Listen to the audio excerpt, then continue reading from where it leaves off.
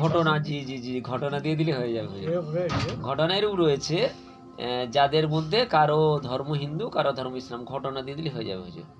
সারা পৃথিবীর কথা ছেড়ে, পড়ি তবে একবার, সারা পৃথিবীর কথা ছেড়ে শুধু ভারতের লক্ষ লক্ষ ঘটনা এরূপ রয়েছে, যাদের মধ্যে কারো ধর্ম হিন্দু, কারো ধর্ম ইসলাম, তারা ব্যবসা বাণিজ্য, চাকুরিতে, যে কোনো কর্মক্ষেত্রে আদান প্রদানে মিলিতভাবে কর্ম করে যাচ্ছে।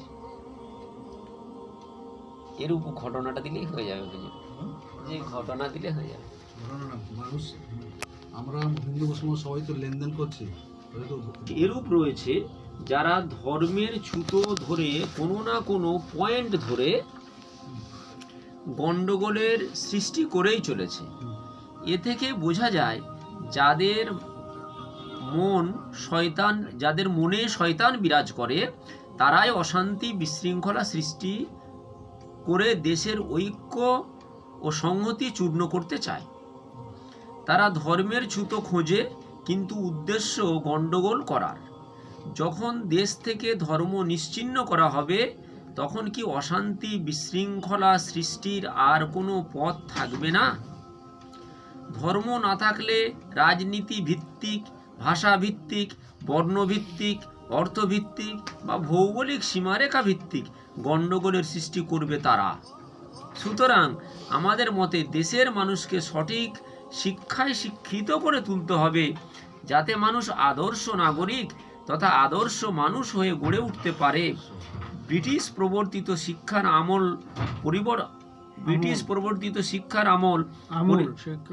আমূল পরিবর্তনের প্রয়োজন। এ বিষয়ে আমরা দেশ হিতৈষী জনগণের শুভ দৃষ্টি আকর্ষণ করতে চাই।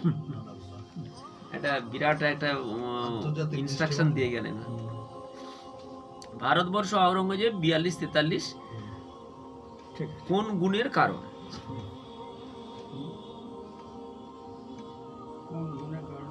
আল্লাহর কাছে মানুষের বৈষম্য থাকবে। ঠিক আছে, এই কথা দেখা হয়ে গেল। আমাদের একটু কাজ হোক, যে আমাদের পুরো হয়ে যাক, পুরো গেল।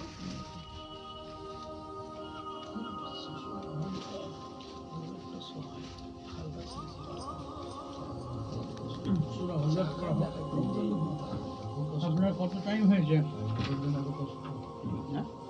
7:25 হয়েছে। একটু সময়, সময় ভোগ করছি।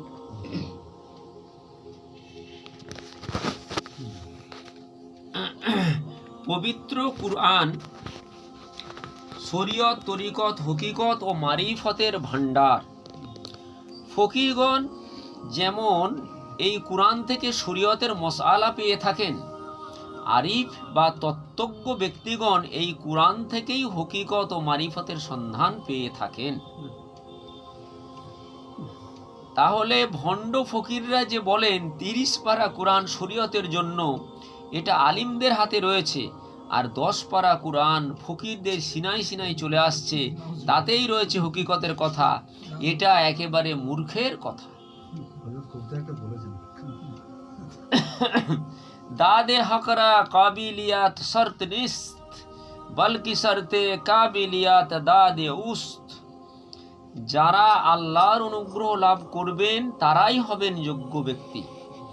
যারা আল্লাহর অনুগ্রহ লাভ করবেন তারাই হবেন যোগ্য ব্যক্তি। যোগ্য ব্যক্তি অর্থাৎ আলিম বা আবিদ হলেই যে আল্লাহর অনুগ্রহ লাভ করবেন তা নয়। আলিম বা আবিদ হলেই যে আল্লাহর অনুগ্রহ লাভ করবেন তা নয়। যারা আল্লাহর অনুগ্রহ লাভ করবেন তারাই হবেন যোগ্য ব্যক্তি। আলোচ্য আয়াতের মধ্যে সাহাবীদের বিশেষ 4 খলিফার মর্যাদা ও গুণাবলী সম্বন্ধে বর্ণিত হয়েছে। যারা বলেন মহান বিশ্বনবীর ইন্তেকালের পর সাহাবীরা মুরতাদ বা ইসলাম ধর্ম ত্যাগী হয়ে গিয়েছেন এবং তারা হযরত আলী ও রসুল বংশের উপর অন্যায় ও নিপীড়ন করেছেন, এবং হযরত আবু বকর প্রমুখ প্রথম 3 খলিফা হযরত আলীর হক বা অধিকার ছিনিয়ে নিয়ে তারা নিজেরাই গদি দখল করেছেন। তাদের এই ধারণা ভ্রান্ত ও অমূলক।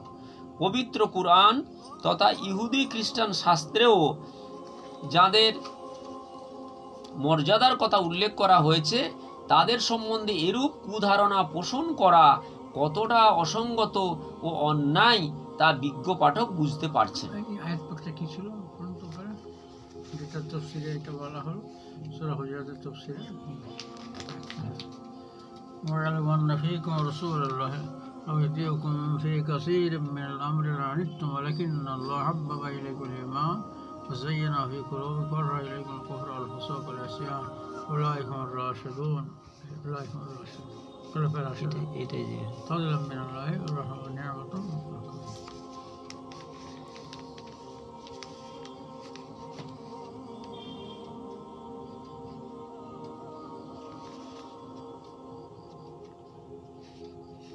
আরেকবার পূর্বে থেকে এখান থেকে জেনে রেখো আল্লাহর রসূল তোমাদের মধ্যে বিদ্যমান রয়েছে।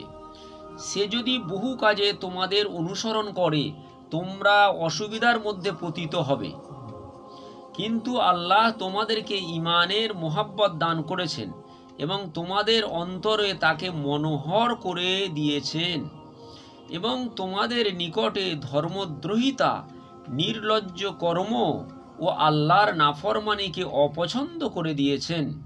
তারাই সৎপথ প্রাপ্ত। আল্লাহর করুণা ও অনুগ্রহ সম্পদ লাভ করার কারণে। আল্লাহ সর্বজ্ঞ ও মহাজ্ঞানী। আলোচ্য আয়াতে মহান আল্লাহ বলছেন, তোমরা জেনে রেখো তোমাদের মধ্যে আল্লাহর রসূল বিদ্যমান। তিনি ওহী বা খোদাই আদেশ নির্দেশে কথা বলেন বা কাজ করেন। তিনি ওহী বা খোদাই আদেশ নির্দেশে কথা বলেন বা কাজ করেন। সুতরাং রসূল থাকতে তোমাদের মতামতের কি দাম?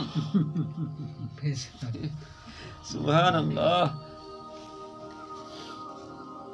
তোমাদের মতামত বা কথা মতো যদি রসূল কাজ করতে যান, তাহলে যদি ভুল বা ক্ষতি হয় তাহলে তোমাদেরই ভুগতে হবে। কথা বেড়ে বলা যাবে না, বুঝেছো না? আলোচ্য আয়াতে যে বলা হয়েছে বহু কাজে তোমাদের অনুসরণ করে, এর কারণ হলো সাংসারিক বা পার্থিব ব্যাপারে, চাষবাস, ব্যবসা বাণিজ্য ইত্যাদির ব্যাপারে যদি হয় সেটা স্বতন্ত্র কথা। আল্লাহ বলেন, কিন্তু হে নবী সহচরগণ, তোমরা তো এরূপ মনোভাবাপন্ন লোক নও যে রসূলকে তোমাদের অনুসরণ করতে বাধ্য করবে এবং তোমরা বেঈমানি, নাফরমানি ও অন্যায় কর্ম করবে। এরূপ লোক মনোভাবাপন্ন লোক নও, বরং আল্লাহ ঈমানকে তোমাদের চিত্তাকর্ষক ও পছন্দযোগ্য করে দিয়েছেন এবং অবাধ্যতা ও অন্যায় কর্মকে তোমাদের নিকটে ঘৃণ্য করে দিয়েছেন। এটাই কি রহমত? যে রহমত, এই যে সহচররা পেয়েছেন, এটা কি রহমতের সে নিদর্শন? তাই তোমাদের অন্তরে রসূলকেই অনুসরণ করার প্রবণতা রয়েছে। তা কেনই বা হবে না? ওইসব লোকেরা যে আল্লাহর অনুগ্রহ লাভের কারণে সত্যভক্ত, সত্যভাষী, সত্যপ্রিয় ও সুপথ প্রাপ্ত। আলোচ্য আয়াতে বলা হয়েছে আল্লাহর অনুগ্রহ লাভের কারণে তারা সুপথ প্রাপ্ত। পবিত্র কুরআন শরীয়ত, তরিকত, হকিকত ও মারিফতের ভান্ডার। ফকিহগণ যেমন এই কুরআন থেকে শরীয়তের মশলা পেয়ে থাকেন, আরিফ বা তত্ত্বজ্ঞ ব্যক্তিগণ এই কুরআন থেকেই হকিকত ও মারিফতের সন্ধান পেয়ে থাকেন। তাহলে ভণ্ড ফকিররা যে বলেন 30 পারা কুরআন শরীয়তের জন্য, এটা আলিমদের হাতে রয়েছে, আর 10 পারা কুরআন ফকিরদের সিনাই সিনাই চলে আসছে, তাতেই রয়েছে হকিকতের কথা, এটা একেবারে মূর্খের কথা। জনৈক সাধক বলেন, দাদে হকরা কাবিলিয়াত শর্ত নিস্ত বলকি শর্তে কাবিলিয়াত দাদে উস্ত। অর্থাৎ যারা আল্লাহর অনুগ্রহ লাভ করবেন তারাই হবেন যোগ্য ব্যক্তি। যোগ্য ব্যক্তি অর্থাৎ আলিম বা আবিদ হলেই যে আল্লাহর অনুগ্রহ লাভ করবেন তা নয়। আলোচ্য আয়াতের মধ্যে সাহাবীদের বিশেষ 4 খলিফার মর্যাদা ও গুণাবলী সম্বন্ধে বর্ণিত হয়েছে। যারা মহান বিশ্বনবীর ইন্তেকালের পর সাহাবীরা মুরতাদ বা ইসলাম ধর্ম ত্যাগী হয়ে গিয়েছেন এবং তারা হজরত আলী ও রসুল বংশের উপর অন্যায় ও নিপীড়ন করেছেন এবং হজরত আবু বকর প্রমুখ প্রথম 3 খলিফা হজরত আলীর হক বা অধিকার ছিনিয়ে নিয়ে তারা নিজেরাই গদি দখল করেছেন, তাদের এই ধারণা ভ্রান্ত ও অমূলক। পবিত্র কুরআন তথা ইহুদি খ্রিস্টান শাস্ত্রেও যাদের মর্যাদার কথা উল্লেখ করা হয়েছে তাদের সম্বন্ধে এরূপ কুধারণা পোষণ করা কতটা অসঙ্গত ও অন্যায় তা বিজ্ঞ পাঠক বুঝতে পারছেন। وإن طائفتان من المؤمنين اقتتلوا فأصلحوا بينهما فإن بغت إحداهما على الأخرى فقاتلوا التي تبغي حتى تفيء إلى أمر الله فإن فاءت فأصلحوا بينهما بالعدل وأقسطوا إن الله يحب المقسطين।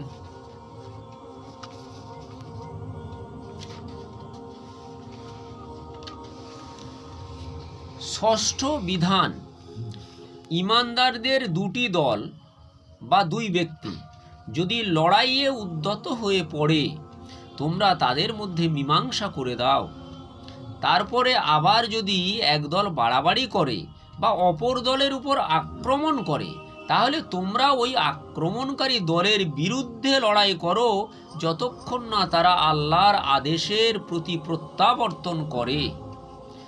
যদি তারা আল্লাহর আদেশের প্রতি প্রত্যাবর্তন করে অর্থাৎ যুদ্ধ থেকে বিরত হয় তাহলে তাদের মধ্যে ন্যায়সঙ্গতভাবে সন্ধি করিয়ে দাও এবং তোমরা ন্যায় বিচার করবে। ন্যায়পরায়ণ লোকদের আল্লাহ ভালোবাসেন। হাতে লেখা করে দিন। إنما المؤمنون إخوة فأصلحوا بين أخويكم واتقوا الله لعلكم ترحمون। ঈমানদারগণ তো পরস্পর ভাই ভাই। এই যে মানে ঈমানদারগণ তো পরস্পর ভাই, সুতরাং তোমাদের ভাইয়ের মধ্যে মীমাংসা করিয়ে দাও এবং আল্লাহকে ভয় করো। অর্থাৎ এমন কথা বলো না বা এমন কাজ করো না যে একদল উত্তেজিত হবে বা পক্ষপাতিত্ব করো না। ধনী দরিদ্র দেখবে না, সবল দুর্বল দেখবে না। ন্যায় বিচার করবে আল্লাহকে সামনে রেখে। সম্ভবত তোমাদের উপর আল্লাহর রহমত হবে। আলোচ্য আয়াতে যে বলা হলো ঈমানদাররা পরস্পর ভাই, ঈমানদাররা তো পরস্পর ভাই, বক্রদৃষ্টি সম্পন্ন লোকেরা মানুষকে বিভ্রান্ত করবে এই বলে যে কুরআন কেবল ঈমানদার বা মুসলমানদের মধ্যেই পরস্পর ভাই সম্পর্ক স্থাপিত করেছে, কিন্তু অমুসলিমদের কথা তো বলেনি, ভাই বলেনি। একথার উত্তর হচ্ছে আদম সন্তান হিসেবে জাতি বর্ণ নির্বিশেষে বিশ্বের সব মানুষই পরস্পর ভাই। তবে এখানে যে বলা হয়েছে ঈমানদাররা পরস্পর ভাই, সেটা একটা উদাহরণ দিয়ে বোঝায়। মনে করুন 2 সহোদর ভাইয়ের মধ্যে কোনো বিষয়ে ঝগড়া বিবাদ হচ্ছে, স্বাভাবিকভাবে এটা হয়েই থাকে। যাই হোক, তখন গ্রামের লোকেরা তাদের বোঝাবার চেষ্টা করছে। এক ব্যক্তি বলল, কি গো তোমরা ঝগড়া করছো? ভাই ভাই আবার ঝগড়া করে? এ কাজ করো না, মিটমাট করে নাও। পবিত্র কুরআনে এখানে ঠিক এই ধরনের কথাই বলা হয়েছে। প্রসঙ্গক্রমে বলি, অমুসলিমরা পবিত্র কুরআনের তর্জমা বা অনুবাদ পাঠ করে বহু আয়াত বা কুরআনি বিধানের বিরুদ্ধে সমালোচনা করে থাকেন। আসলে পবিত্র কুরআনের আয়াতগুলোর সঠিক ব্যাখ্যা বুঝতে না পেরেই তারা এই বিরূপ সমালোচনা করেন। সেই জন্য আমাদের মনীষীগণ বলেন, সাধারণ শিক্ষিত লোকেরা বা অল্প শিক্ষায় শিক্ষিতগণ যেন কুরআনের তর্জমা পুস্তক পাঠ না করেন। যোগ্য আলিম বা ওস্তাদের নিকটে কুরআন পাঠ করলে তবেই সঠিক তাৎপর্য বোঝা যাবে। পবিত্র কুরআনে আল্লাহ বলেন, কুরআনের শিক্ষা দেবেন শিক্ষক, এবং মহান বিশ্বনবী বলেন, বুইস্তু মুআল্লিমা, অর্থাৎ আমি শিক্ষক রূপে প্রেরিত হয়েছি। সুতরাং দেখা যায় এটা হলো সুন্নাতুল্লাহ বা খোদাই নীতি যে কিতাবও চাই, শিক্ষকও চাই, তবেই সঠিক জ্ঞান পাওয়া যাবে। এটা প্রাকৃতিক নীতিও। স্কুল, কলেজে, মক্তব, মাদ্রাসা, বিশ্ববিদ্যালয় সর্বত্রই এই নীতি চলে আসছে। কিতাব ও ওস্তাদের মাধ্যমেই মানুষ শিক্ষা পেয়ে শিক্ষক, অধ্যাপক, চিকিৎসক, বৈজ্ঞানিক, আলিম, হাফিজ সব কিছু হচ্ছেন। শিক্ষক ছাড়া যারা বাড়িতে বসে নিজেরাই কোরআন হাদিসের তর্জমা পাঠ করে ইসলাম সম্বন্ধে জ্ঞান অর্জন করতে লেগেছেন, তারা খোদাই নীতি পরিত্যাগ করে বিভ্রান্ত হচ্ছেন এবং গোটা জাতি ও দেশকে বিভ্রান্ত করে ধ্বংসের মুখে যে এগিয়ে দিচ্ছেন, এতে কোনো সন্দেহ নেই। এটা আমাদের মনে হয় ইবলিস বা ইসলামের শত্রুদের বেশ সুপরিকল্পিত একটা ষড়যন্ত্র।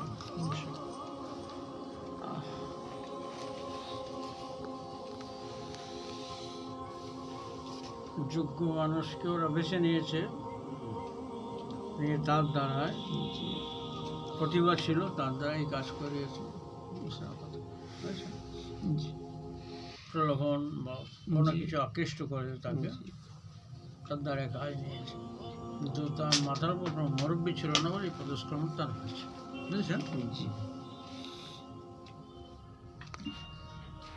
অস্ত্রে আর মারতে হলো না, মুসলমানদের দিই কেতাবের দ্বারা ব্রেনকে স্বভাব লোক আছে।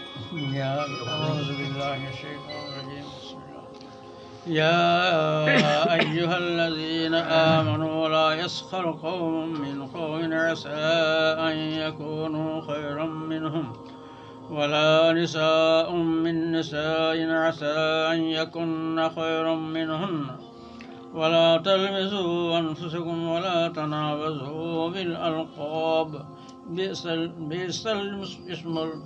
بئس الاسم الفسوق بعد الإيمان ومن لم يتب فأولئك هم الظالمون। হে ঈমানদারগণ, এক সম্প্রদায় বা এক ব্যক্তি অন্য সম্প্রদায় বা ব্যক্তিকে উপহাস, ঠাট্টা, বিদ্রূপ না করে। হতে পারে উপহাসকারী অপেক্ষা তারা বা সে উত্তম, এবং কোনো নারী ও কোনো নারীকে উপহাস না করে, হতে পারে সে এর চেয়ে উত্তম। তোমরা একে অপরের প্রতি দোষারোপ করো না এবং কাউকে মন্দ নামে ডাকবে না। ঈমান গ্রহণের পর ফাসেকি নামে ডাকা খারাপ কথা। যারা এরূপ কার্য থেকে তওবা বা অনুশোচনা না করবে, তারাই অত্যাচারী। ইসলামী সমাজ ব্যবস্থার সপ্তম বিধান হলো, কোনো বংশ বা গোত্রের লোক বা পুরুষ ও রমণী কেউ কাউকে ছোট, হেয় বা ঘৃণ্য মনে করে ঠাট্টা বিদ্রূপ করবে না। এটা কেবল মুখের বেলায় যে নিষিদ্ধ তা নয়, কাজে কর্মে, ইশারা ইঙ্গিত দ্বারা কারুর আকৃতি বা পোশাক পরিচ্ছদ দেখে ঠাট্টা করা বা হাসা বা অন্যকে হাসালে সবই এই নিষেধাজ্ঞার আওতায় পড়ে।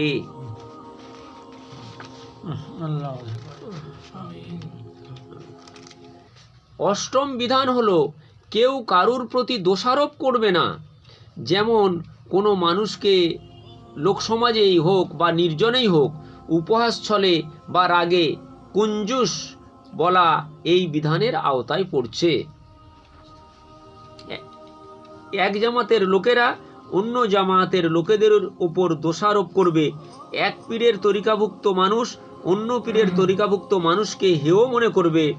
কেউ নিজেকে দ্বীন বা ইসলামের সঠিক খাদিম মনে করবে এবং অপরকে ঘৃণা করবে। নিজেদের হক পরস্ত মনে করবে এবং অপরকে গোমরাহ মনে করবে। এ সমস্তই আলোচ্য আয়াতের দ্বারা নিষিদ্ধ হচ্ছে। মানুষকে অপমানসূচক কোনো নাম বা উপাধিতে ডাকা, কোনো সম্প্রদায় বা বংশকে অপমানসূচক উপাধি দেওয়া নিষিদ্ধ। কোনো মানুষ হয়তো মাতাল বা ডাকাত ছিল, পরে সৎপথে এসে গিয়েছে, এখনও তাকে সেই মাতাল বা ডাকাত নামে ডাকা জায়েজ নয়। কাউকে কানা খোঁড়া ইত্যাদি বলাও আলোচ্য আয়াত দ্বারা নিষিদ্ধ হচ্ছে। তবে যদি পরিচিতির জন্য কাউকে কানা বা খোঁড়া বলা বা তার নামের সঙ্গে কানা বা খোঁড়া যোগ করা হয় সেটা জায়েজ। যেমন একজনকে লোকে বলে কানা ডাক্তার ইত্যাদি। হে ইমানদারগণ, অধিক অনুমান থেকে বিরত থাকো। কোনো অনুমান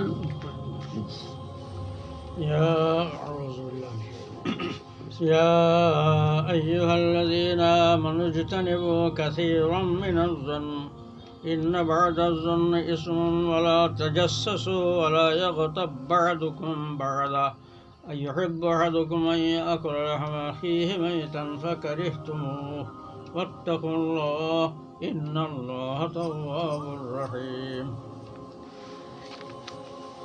হে ইমানদারগণ, অধিক অনুমান থেকে বিরত থাকো। কোনো অনুমান পাপ, এবং তোমরা কারুর গোপনীয় বিষয় খুঁজে বের করতে যেও না। একে অপরের গীবত বা আড়ালে নিন্দামন্দ করো না। তোমাদের কেউ কি তার মৃত ভাইয়ের মাংস খেতে পছন্দ করে? তোমরা নিশ্চয়ই এটা ঘৃণা করো। মাংস খেতে পছন্দ করে জিজ্ঞাসা না চাই। আল্লাহকে ভয় করো, আল্লাহ তওবা কবুলকারী ও দয়াবান। দশম বিধান হলো কোনো লোকের সম্বন্ধে কুধারণা পোষণ করা অন্যায়। এই কুধারণাও সমাজে বিশৃঙ্খলার মূল হয়ে দাঁড়ায়। কোনো লোকের এই রোগ আছে, প্রত্যেক কথায় সকলের সম্বন্ধে কুধারণা পোষণ করে থাকে। এতে মারাত্মক বিপদ এসে যায়। যতক্ষণ না কোনো যুক্তিসঙ্গত কারণ পাওয়া যায়, অনর্থক কুধারণা পোষণ করা খুবই অন্যায়। এতে অনেক সংসারও বিরান হয়েছে। কারণ স্বামী স্ত্রীর মধ্যে কেউ কাউকে বিশ্বাস করে না। তবে সব ধারণাই যে নাজায়েজ তা নয়। যেমন কোনো ব্যক্তির মধ্যে কুকর্মের নিশানা স্পষ্ট দেখা যাচ্ছে, শরাবখানাতে বা নিষিদ্ধ পল্লীতে যাতায়াত দেখা যাচ্ছে।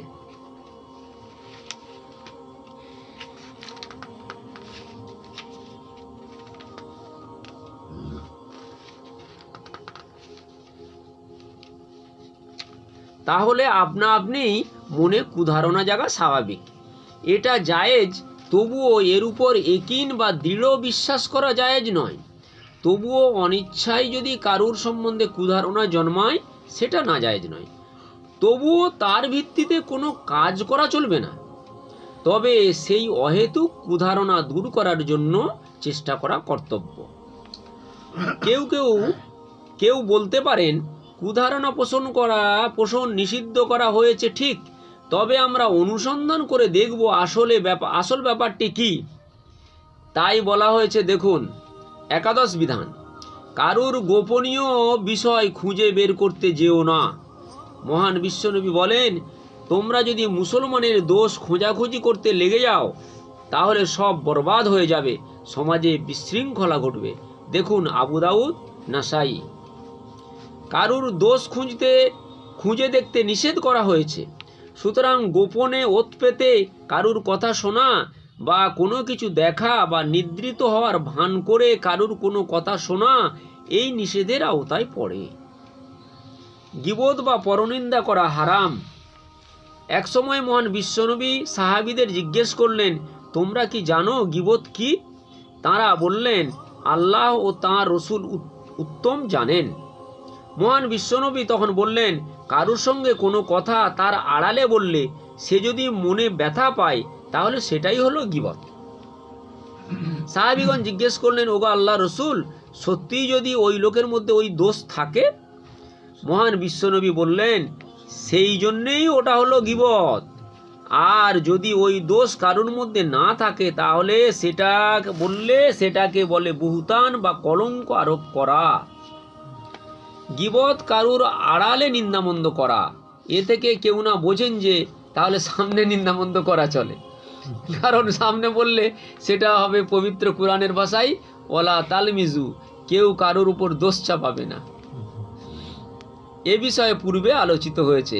মহান বিশ্বনবী বলেন, কেউ যদি কারুর দোষ চাপা দেয় তাহলে আল্লাহ তার দোষ আখেরাতে বা পরকালে বিচার দিনে চাপা দেবেন। দেখুন মুসলিম শরীফ। ইসলাম বলে হক বা অধিকার দুই প্রকার, সৃষ্টিকর্তা বা আল্লাহর হক যেমন নামাজ রোজা ইত্যাদি পালন করা, এবং সৃষ্টির হক যেমন লেনদেন আচরণ ও ব্যবহার সম্পর্কীয় বিষয়। গীবত হলো সৃষ্টির হক। আল্লাহর হক পালন না করলে তার কাছে ক্ষমা চাইতে হবে, কিন্তু সৃষ্টির হক বা মানুষের হক নষ্ট করলে মানুষের কাছে ক্ষমা চাইতে হবে। গীবত হলো মানুষের হক, সুতরাং যার গীবত করা হবে তার কাছে ক্ষমা না চাইলে, কেবল আল্লাহর কাছে তওবা করলে ওই গুনাহ মাফ হবে না।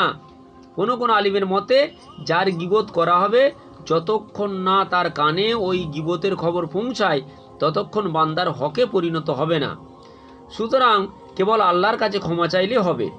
গীবতের গুনাহ হচ্ছে গুনাহ কবিরা, তবে যে গীবত দ্বারা মানুষের ক্লেশ কম হয় সেটা সগীরা গুনাহ হতে পারে। আলোচ্য আয়াতে ইমানদার বা মুসলমানদের সম্বোধন করে বলা হয়েছে, তোমরা একে অপরের গীবত করো না। এ থেকে কেউ এ ধারণা করতে পারেন যে অমুসলিমের গীবত নিষিদ্ধ নয়, কিন্তু এরূপ ধারণা ঠিক হবে না, কারণ মুসলিম অমুসলিম কাউকে ক্লেশ প্রদান ইসলামে নিষিদ্ধ। সুতরাং যার গীবত করা হবে সে শুনলে মনে ব্যথা পাবে, কাজেই অমুসলিমের গীবতও নিষিদ্ধ। যার গীবত করা হবে তার কাছে ক্ষমা চাইলে ক্ষমা করে দেওয়া তার জন্য মুস্তাহাব।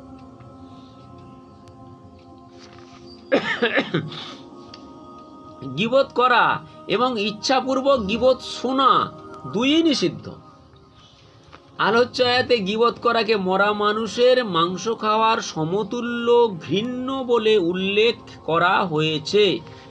এর কারণ হলো মানুষের মাংস ছিঁড়ে ছিঁড়ে খেলে যেমন তার ক্লেশ হয়, যদিও দৈহিক, সেইরূপ মানুষের ইজ্জত বা সম্মানে আঘাত দিলেও তার অন্তরে কষ্ট দেওয়া হয়।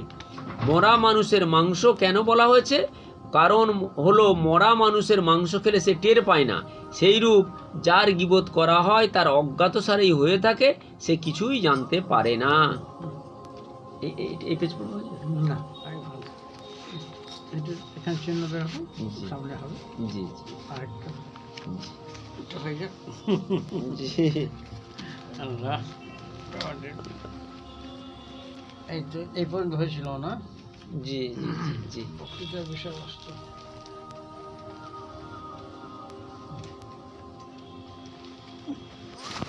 اللهم صل على سبحان الله والحمد لله ولا اله الا الله